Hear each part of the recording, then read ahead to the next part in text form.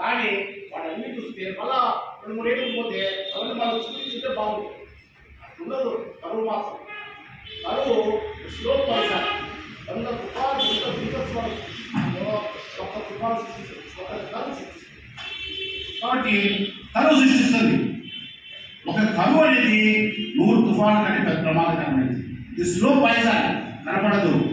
మనిషిని ఉన్నట్టుండే లోపల సారాన్ని పీసేసే అట్లా పడేస్తుంది. ఆ పడేయడంతో భౌతికంగా కాదు, ఇక్కడ రాయలసీమ ప్రజలు కూడా మానసిక దారిద్రమైంది. ఆ మానసిక దారిద్రం సాహిత్యాన్ని కూడా చుట్టుకుంది. సాహిత్యాన్ని కూడా చుట్టుకుంది ఈరోజు రాయలసీమలో.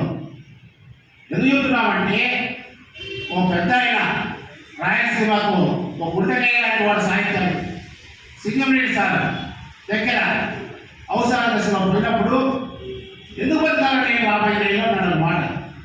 ఆ మాట ఈ పద్ధతి కూడా నన్ను దేవుడు చేస్తాను.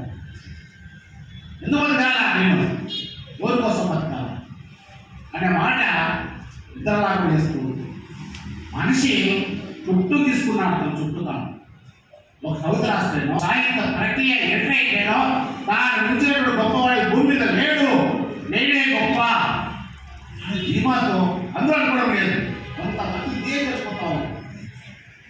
ఏమయ్యా నీకంటే నేను సామాన్య కార్యకర్తగా, సోషల్ వర్కర్గా ఫస్ట్ నేను ప్రశ్నిస్తున్నది ఈ కవులు కళాకారులు. ఈ కవులు కళాకారులు ప్రశ్నిస్తున్నారు ఈరోజు.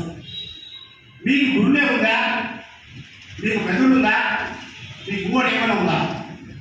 ఇంత రాత్రి గుండె రాని, రాత్రి గుండె రాని ఎందుకు మీరు ఈరోజు అనంతపురంలో కావచ్చు, రాయలసీమలో కావచ్చు,